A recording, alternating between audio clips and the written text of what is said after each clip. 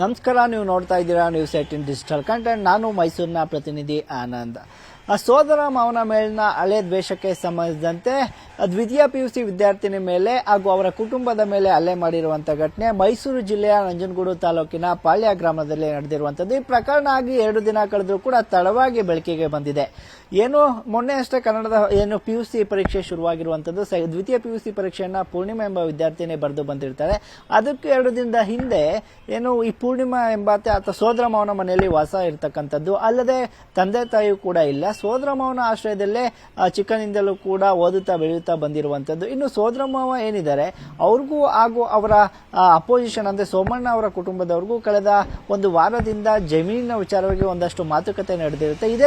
ಇದಕ್ಕೆ ಸಂಬಂಧಿಸಿದಂತೆ ಗದ್ದೆಯಲ್ಲಿರೋ ಸಂದರ್ಭದಲ್ಲಿ ಜಗಳವೂ ಕೂಡ ಆಗಿರುತ್ತೆ. ಅದನ್ನು FIR ಕೂಡ ಮಾಡಿಸಿರ್ತಾರೆ. ಆದರೆ ಮೊನ್ನೆ ಕನ್ನಡ ಪರೀಕ್ಷೆಯನ್ನ ಬರೆದು ಬಂದ ಬಳಿಕ ಪೂರ್ಣಿಮಾ ಅವರು ಮನೇಲಿ ಕೂತು ಕ್ರಾಸ್ ಚೆಕ್ ಮಾಡ್ತಿದ್ದಂತ ವೇಳೆಯಲ್ಲಿ ಏಕಾಏಕಿ ಸೋಮಣ್ಣ, ಮಂಜು ಹಾಗೂ ಇತರ ಸಹಚರರು ಅಂದ್ರೆ 7 ಜನರ ಮಂದಿ ಈಗಾಗಲೇ FIR ಆಗಿರುವಂತದ್ದು. ಅವರೆಲ್ಲರೂ ಕೂಡ ಏಕಾಏಕಿ ಮನೆಗೆ ನುಗ್ಗಿ ಮನೆಯ ಗಾಜನ್ನ ಹೊಡೆದು ಆಗ ಪೂರ್ಣಿಮಾಗೂ ಕೂಡ ಹಲ್ಲೆಯನ್ನ ಮಾಡಲು ಮುಂದಾಗಿರುವಂತದ್ದು. ಅಲ್ಲದೆ ನೀನು ಓದಬಾರದು ಅಂತ ಹೇಳಿ ಈ ಹಲ್ಲೆಯನ್ನ ಅವರೆಲ್ಲರೂ ಕೂಡ ಮಾಡಿದ್ದಾರೆ. ನನ್ನ ಮೇಲೆ ಅವರಿಗೆ ಯಾವುದೇ ವೈಯಕ್ತಿಕ ದ್ವೇಷ ಇಲ್ಲ, ಆದ್ರೆ ನಮ್ಮ ಮಾವನ ಮೇಲೆ ದ್ವೇಷ ಇರುವಂತದ್ದು. ನಾನು ಓದಿ ಮುಂದೆ ಉತ್ತಮ ಭವಿಷ್ಯ ಕಟ್ಕೊಂಡ್ರೆ ಇವರ ಕುಟುಂಬಕ್ಕೆ ನೆರವಾಗ್ತೀನಿ ಅನ್ನುವ ಹಿನ್ನೆಲೆಯಲ್ಲಿ ನನ್ನ ಮೇಲೆ ಹಾಗೂ ನನ್ನ ಮಾವನ ಕುಟುಂಬ ಎಲ್ಲರಿಗೂ ಕೂಡ ಹಲ್ಲೆಯನ್ನ ಮಾಡಿದ್ದಾರೆ ಅಂತ ಗಂಭೀರ ಆರೋಪವನ್ನ ಪೂರ್ಣಿಮಾ ಮಾಡಿರುವಂತದ್ದು. ಸದ್ಯ ಈ ಬಗ್ಗೆ ನಂಜನಗೂಡು ಗ್ರಾಮಾಂತರ ಪೊಲೀಸ್ ಠಾಣೆಯಲ್ಲಿ ದೂರು ಸಹ ದಾಖಲಾಗಿರುವಂತದ್ದು. ನನ್ನ ಹೆಸರು ಪೂರ್ಣಿಮಾ ಅಂತ. ನಾನು ಸೆಕೆಂಡ್ PUC ಓದ್ತಿದ್ದೀನಿ. ಬೋರ್ಡ್ ಎಕ್ಸಾಮ್ ಇತ್ತು ಆ್ಯನ್ಯುವಲ್ದು. 28ನೇ ತಾರೀಕು ಕನ್ನಡ ಎಕ್ಸಾಮ್ ಬರೆದ್ಬಿಟ್ಟು ಮನೆಯಲ್ಲಿ ಬಂದ್ಬಿಟ್ಟು ಕ್ರಾಸ್ ಚೆಕ್ ಮಾಡ್ತಿದ್ದೆ, ಏನೇನು ಬರೆದಿದ್ದೆ ಏನೇನು ಬರ್ದಿಲ್ಲ ಅಂತ.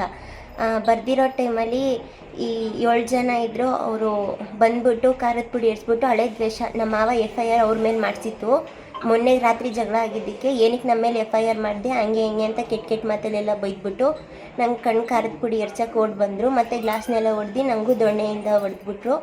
ಆಮೇಲೆ ರಾಮು ಮತ್ತು ಸೋಮಣ್ಣ, ಚೈತ್ರ, ಅನಿತಾ, ರೇಖಾ, ಮಂಜಾ, ಚಂದ್ರಮ್ಮ ಇವರೆಲ್ಲರೂ ಬಂದು ಹೊಡೆದು ಏನಕ್ಕೆ ನೀನು ಓದಬೇಡ, ನೀನೇನು ಓದಬೇಡ, ನೀನು ಓದಿದ ಸಾಕು, ಮನೇಲೇ ಇರು, ನೀನೇನಾದರೂ ಈಚೆ ಎಲ್ಲಾದರೂ ಹೊರಗಡೆ ಕಾಣಿಸ್ಕೊಂಡ್ರೆ ನಿನಗೆ ಲಾರಿ ಹತ್ತಿಸ್ತೀನಿ, ಬಸ್ ಹತ್ತಿಸ್ತೀನಿ, ಏನು ಮಾಡಬೇಡ, ಏನು ಓದಬೇಡ, ನಮ್ಮ ವಂಶವ್ರು ಮಾತ್ರ ನಾವು ಓದಬೇಕು, ನೀವೇನು ಓದೋದು ಬೇಡ, ಏನು ಬೇಡ ಅಂತ ಕೆಟ್ಟ ಮಾತಿಂದ ಬೈದು.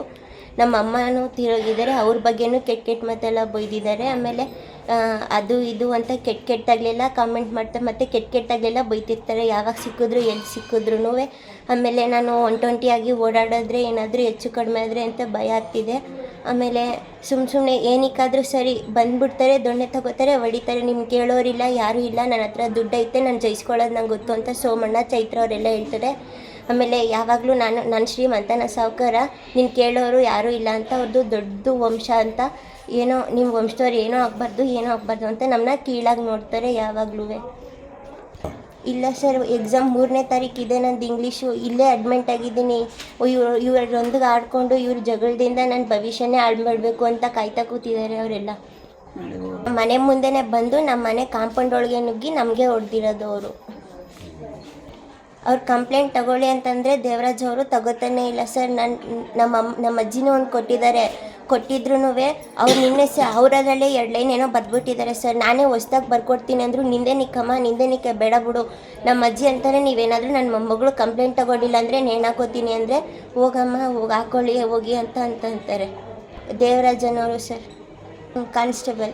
7 ಮಂದಿಯ ವಿರುದ್ಧ FIR ಕೂಡ ದಾಖಲಾಗಿದೆ. ಆದರೆ ಈಗ ಪೂರ್ಣಿಮಾ ಅವರು ಮತ್ತೊಂದು ಆರೋಪವನ್ನು ಮಾಡ್ತಾ ಇರುವಂತದ್ದು, ನಾವು ಕೊಟ್ಟಂತಹ ದೂರನ್ನ ನಂಜನಗೂಡು ಪೊಲೀಸ್ ಠಾಣೆಯಲ್ಲಿ ಅಂದ್ರೆ ನಾವೇನ್ ಬರ್ಕೊಟ್ಟಿದ್ವಿ ಆ ದೂರ ಬದಲಾಗಿ ಅವರೇ ಒಂದು ದೂರನ್ನ ಬರ್ಕೊಂಡು FIR ಮಾಡ್ಕೊಂಡಿದ್ದಾರೆ ಅನ್ನುವಂತ ಆರೋಪವನ್ನ ಮಾಡ್ತಾ ಇರುವಂತದ್ದು. ಇದನ್ನ ಹೊರತುಪಡಿಸಿ ಕೂಡ ಪೂರ್ಣಿಮಾ ಅವರು ಹೇಳ್ತಾ ಇರುವಂತದ್ದು ವೈಯಕ್ತಿಕ ದ್ವೇಷ ಅನ್ನುವಂಥದ್ದು. ಅಂದ್ರೆ ಮಾವನ ಮೇಲಿರುವಂತಹ ದ್ವೇಷಕ್ಕೆ ನಾನು ಓದಿ ಅವರ ಕುಟುಂಬಕ್ಕೆ ನೆರವಾಗ್ತೀನಿ ಅನ್ನುವ ಹಿನ್ನೆಲೆಯಲ್ಲಿ ನನ್ನ ಮೇಲೂ ಕೂಡ ಹಲ್ಲೆಯನ್ನ ಮಾಡಿದ್ದಾರೆ. ಈಗ ದ್ವಿತೀಯ ಪರೀಕ್ಷೆ ಕೂಡ ನಡೀತಾ ಇರುವ ಹಿನ್ನೆಲೆಯಲ್ಲಿ ನಾನೀಗ ಆಸ್ಪತ್ರೆಯಲ್ಲಿ ಚಿಕಿತ್ಸೆಯನ್ನ ಪಡಿತಾ ಇದ್ದೀನಿ. ನಮ್ಮ ಕುಟುಂಬಕ್ಕೆ ಸರ್ಕಾರದಿಂದ ಏನೋ ಒಂದು ರೀತಿಯ ಭದ್ರತೆ ಬೇಕಾಗಿದೆ. ಪೊಲೀಸ್ನವರು ನಮ್ಮ ಕುಟುಂಬಕ್ಕೆ ಭದ್ರತೆಯನ್ನ ಕೊಡಬೇಕು ಅಂತೇಳಿ ಅವರು ಸಹ ಕೇಳ್ಕೊಳ್ತಾ ಇರುವಂತದ್ದು. ಇನ್ನು ಅವರ ಅಜ್ಜಿಯ ಮಾತು ಅದೇ, ಯಾಕಂತ ಹೇಳಿದ್ರೆ ಅವರು ಬಹಳ ಪ್ರಬಲರಿದ್ದಾರೆ. ಊರಿನಲ್ಲಿ ಅವರೇ ಮಾತುಗಳು ಹೆಚ್ಚಾಗಿ ನಡೆಯುವಂತದ್ದು. ನನ್ನ ಹಾಗೂ ನನ್ನ ಮಗನ ಕುಟುಂಬಕ್ಕೆ ಅಂದ್ರೆ ಒಂದು ರೀತಿಯ ರಕ್ಷಣೆ ಬೇಕು. ಜೊತೆಗೆ ನನ್ನ ಮೊಮ್ಮಗಳು ಸಹ ಓದ್ತಾ ಇದ್ದಾಳೆ, ಅವಳಿಗೂ ಕೂಡ ರಕ್ಷಣೆ ಬೇಕು. ಯಾಕಂದ್ರೆ ಈಗಾಗಲೇ ಅವರು ನಮಗೆ ಧಮಕಿಯನ್ನು ಸಹ ಹಾಕಿದ್ದಾರೆ. ನಿನ್ನ ಮಗಳು ಅಂದ್ರೆ ಮೊಮ್ಮಗಳು ಓದುವ ಸಲುವಾಗಿ ಹೊರಗಡೆ ಹೋದಂತ ಸಂದರ್ಭದಲ್ಲೂ ಕೂಡ ನಾವು ಏನ್ ಬೇಕಾದ್ರೂ ಮಾಡ್ತೀವಿ ಅನ್ನೋ ನಿಟ್ಟಿನಲ್ಲಿ ಧಮಕಿಯನ್ನ ಹಾಕಿದ್ದಾರೆ ಅಂತ ಆರೋಪ ಮಾಡಿರುವಂತದ್ದು. ಮಂಗಳವಾರ ಗಲಾಟೆ ಆಗಿತ್ತು ಸರ್. ಮಂಗಳವಾರ ಸಾಯಂಕಾಲ 7 ಗಂಟೆಯಲ್ಲಿ ಗಲಾಟೆ ಆಗಿತ್ತು ಸರ್. ಗಲಾಟೆಯಾಗಿ ಗದ್ದೆ ನೀರು ತಿರ್ಸಕ್ಕೆ ಹೋಗಿದ್ದ ಹುಡುಗನ ಹತ್ರ ಗಲಾಟೆ ಮಾಡಿದರು. ಗಲಾಟೆ ಮಾಡಿದಾಗ ಆಯಿತು ಬಪ್ಪ ಅಂತ ಅಂದ್ಬಿಟ್ಟು ಸುಮ್ಮನೆ ನಾನೇ ಕರ್ಕೊಂಡ್ಬಂದೆ. ಹೊಡೆದ ತಕ್ಷಣ ಬಂದು ಗೌರ್ಮೆಂಟ್ ಹಾಸ್ಪಿಟ್ಲಿಗೆ ಅಡ್ಮಿಂಟ್ ಅದ ನಮಗೆ ಯೋಗೇಶ ನನ್ನ ಮಗ. ಅವ್ನು ಬಂದು ಅಡ್ಮಿಂಟ್ ಆಗಿಬಿಟ್ಟು ಪುನಃ FR ಆಗಿತ್ತು ಸರ್. FR ಆಗಿಬಿಟ್ಟು ರೆಡಿ ಮಾಡಿಬಿಟ್ಟು ಮನೆಗೆ ಹೋದವು ಸರ್. ಮನೆಗೆ ಹೋಗ್ಬಿಟ್ಟು ಪುನಃ MLA FR ಕೊಟ್ಟಿದ್ದೀರಾ, ಗಲಾಟೆ ಮಾಡ್ತಿದ್ದೀರಾ, ಇದೆಲ್ಲ ಮಾಡಿದ್ದೀರಾ ಅಂತ ಅವ್ರು ಅವೇ ಕೋಶ ಮಾಡಿಕೊಂಡು ಮನೆ ಮುಂದೆ ಬಂದು ಗಲಾಟೆ ಮಾಡೋರು ಸರ್. ನಿನ್ನೆ ಮಾಡಿದವ ಮನೆಗೆ ಬರ್ತಾಯಿದ್ದ, ಇವ್ನು ಕೊಳೆ ಮಾಡಬೇಕು, ಇವ್ನು ಕತ್ತರಿಸಾಕಬೇಕು, ಇವ್ನು ಮನೇಲಿ ಮಡಗಲೇಬಾರ್ದು, ಇವ್ನು ಊರಲ್ಲೇ ಮಡಗಬಾರ್ದು ಅಂತ ಭಾರಿ ಟಾರ್ಚರ್ ಕೊಟ್ಟರು ಸರ್. ನೀವೇನಕ್ಕೆ ಹಿಂಗೆ ಮಾಡ್ತಾಯಿರ್ತೀರಾ, ಮೊನ್ನೆ ಕೆಲಸವೆಲ್ಲ ಮುಗಿತಲ್ಲ, ಇವತ್ತೇನಕ್ಕೆ ಹಿಂಗೆ ಗಲಾಟೆ ಮಾಡ್ತಾಯಿದ್ದೀರಾ ಅಂತ ಹೇಳಿದೆ ಸರ್. ಪುನಃ ಮನೆ ಹತ್ರಗೇನೆ ದೊಣ್ಣೆ ತಗೊಂಡು ಮಚ್ಚ ತಗೊಂಡು ಮನೆ ಹತ್ರಗೆ ಸಾಂಬಾರು ಪುಡಿ ಎತ್ಕೊಂಡು ಬಂದರು ಸರ್. ಮನೆ ಹತ್ರ ತಗೊಂಡು ಬಂದ್ಬಿಟ್ಟು ಗಲಾಟೆ ಮಾಡಿದ್ರು. ಆಗ ಪುನಃ ಹಣ ದುಡ್ಡು ಕಾಸೈತೆ, ನೀವೇನು ಇದು ಮಾಡೋದು ಬೇಡಿ, ನಾವು ಗೆದ್ಕೊಳ್ಳೋದು ಗೊತ್ತು, ಮಾಡೋದು ಗೊತ್ತು, ಕೇಳೋರು ಮಾಡೋರು ಯಾರೂ ಇಲ್ಲ, ನಿಮಗೆ ಒಗ್ಗಟ್ಟೆ ಇಲ್ಲ, ನಿಮಗೆ ಊರೇ ಒಂದು ಕೇರೆ ಒಂದೇ ಅಂತ ಹಿಂಗೆಲ್ಲ ಬೆದರಿಸ್ತಾಯಿದ್ರು ಸರ್. ಆಗ ನಮ್ಮ ಹುಡುಗನವೇ ತಗೊಂಡು ಬಂದು ಒಳಗೆ ಕೇಳ್ದ ಸರ್, ಹೊಡೆದ್ಬಿಡ್ತಾರೆ ಅಂತ. ಹಂಗೂ ಕಿಟಕಿ ಬಾಕ್ಲೆಲ್ಲ ಹೊಡೆದಾಕವ್ರೆ. ದೊಣ್ಣೆಲಿ ಹೊಡೆದಿದ್ದು ರಾಮು. ಸ್ವಾಮನ ಸೀರೆ ಬರ ಎಳಿತೀನಿ ಅಂತ ಅಂದ್ಬಿಟ್ಟು ಸ್ವಾಮನ. ಮಂಜನವನು ಇವ್ರು ನಿಲ್ಲಿಸೇಬಾರ್ದು ಅಂತ ಮಂಜ. ಚೈತ್ರ ಸೀರೆ ಎಳೆಯೋದು, ಬಟ್ಟೆ ಹೊಡೆದ್ಬಿಟ್ಟು ಬಟ್ಟೆ ಎಳೆಯೋದು ಚೈತ್ರ. ಮಮತ ಇವರೆಲ್ಲ ಸೇರಿ ಮನೆ ಮುಂದೆ ಚೌಚೌಡೆ ಮಾಡಿ ಭಾರಿ ಗಲಾಟೆ ಮಾಡ್ತಾಯಿದ್ರು ಸರ್. ಆದ್ದರಿಂದ ನಾವು ಏನಾರೇ ಅಂತ ತಡೆಯೋಕೈತಿದೆ ಸರ್. ಸುಮಾರು ವರ್ಷದಿಂದನೂ ನಾವು ತಡ್ಕೊಂಡು ಬಂದಿದ್ದೀವಿ ಸರ್. ಮನೆ ಮುಂದೆ ನಮ್ಮ ಮನೆ ಮುಂದೆ ಕಿಟಕಿ ಬಾಕ್ಲು ಸುಧಾ ಹೊಡೆದವ್ರೆ ಸರ್. ಎಲ್ಲ ಹೊಡೆದು ಚೌಚೌಡೆ ಮಾಡಿಸಿ ಇದು ಮಾಡೋರೆ ಸರ್. ನಮಗೆ ಇದಕ್ಕೆ ಏನೇ ಒಂದು ಆದರೂ ಹೆಚ್ಚು ಕಮ್ಮಿ ಆದ್ರೂ ನಮ್ಮೂರಲ್ಲಿ ಗ್ರಾಮಸ್ಥರನ್ನು ನಾವು ಎಲ್ಲ ಕೇಳೋಕ್ಕಾಗಿಲ್ಲ ಸರ್. ಅವರು ಏನೂ ಪ್ರವಚನ ಕೊಟ್ಟಿಲ್ಲ ಸರ್. ಅದರಿಂದ ನಾವು ಅಡ್ಮಿಟ್ ಆಗಿ ಇಲ್ಲಿಗೆ ಬಂದರು ಸರ್. ಸದ್ಯ ಈ ಪ್ರಕರಣಕ್ಕೆ ಸಂಬಂಧಿಸಿದಂತೆ ಈಗಾಗಲೇ ನಂಜನಗೂಡು ಗ್ರಾಮಾಂತರ ಪೊಲೀಸ್ ಠಾಣೆಯಲ್ಲಿ FIR ಕೂಡ ದಾಖಲಾಗಿದೆ.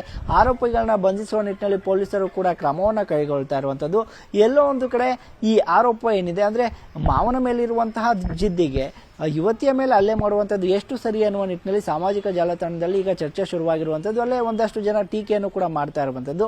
ಇದರ ಜೊತೆಗೆ ಅವರು ದೊಣ್ಣೆಗಳನ್ನ ಹಿಡ್ಕೊಂಡು ಬಂದು ಇವರ ಮನೆಯ ಬಳಿ ಕೂಗಾಡುವ ಹಾಗೂ ಹಲ್ಲೆ ಮಾಡುವ ದೃಶ್ಯಗಳು ಕೂಡ ಒಂದಷ್ಟು ಮೊಬೈಲ್ನಲ್ಲಿ ಸೆರೆಯಾಗಿರುವುದರಿಂದ ಪೊಲೀಸರು ಯಾವ ರೀತಿಯ ಕ್ರಮವನ್ನು ಅವರ ಕುಟುಂಬದವರ ಮೇಲೆ ತಗೊಳ್ತಾರೆ, ಅಲ್ಲದೆ ಈ ಕುಟುಂಬಕ್ಕೆ ಯಾವ ರೀತಿ ರಕ್ಷಣೆಯನ್ನ ಕೊಡ್ತಾರೆ ಅನ್ನುವಂಥದ್ದನ್ನ ಕಾದು ನೋಡಬೇಕಾಗಿದೆ. ನಿರ್ಭೀತ, ನಿಷ್ಪಕ್ಷಪಾತ, ವಿಶ್ವಾಸಾರ್ಹ ಸುದ್ದಿಗಳಿಗೆ ಮತ್ತೊಂದು ಹೆಸರಾಗಿರೋ News18 ಕನ್ನಡ ಈಗ ಆಪ್ನಲ್ಲೂ ಲಭ್ಯ ಇದೆ. ದಯವಿಟ್ಟು ಇಲ್ಲಿರೋ QR ಕೋಡ್ ಅನ್ನ ಸ್ಕ್ಯಾನ್ ಮಾಡಿಕೊಂಡು ಆಪ್ ಡೌನ್ಲೋಡ್ ಮಾಡೋದಕ್ಕೆ ಮರಿಬೇಡಿ. ನಿಮ್ಮ ಬೆಂಬಲ ಹೀಗೆ ಸದಾ ನಮ್ಮೊಂದಿಗಿರಲಿ. ಧನ್ಯವಾದ.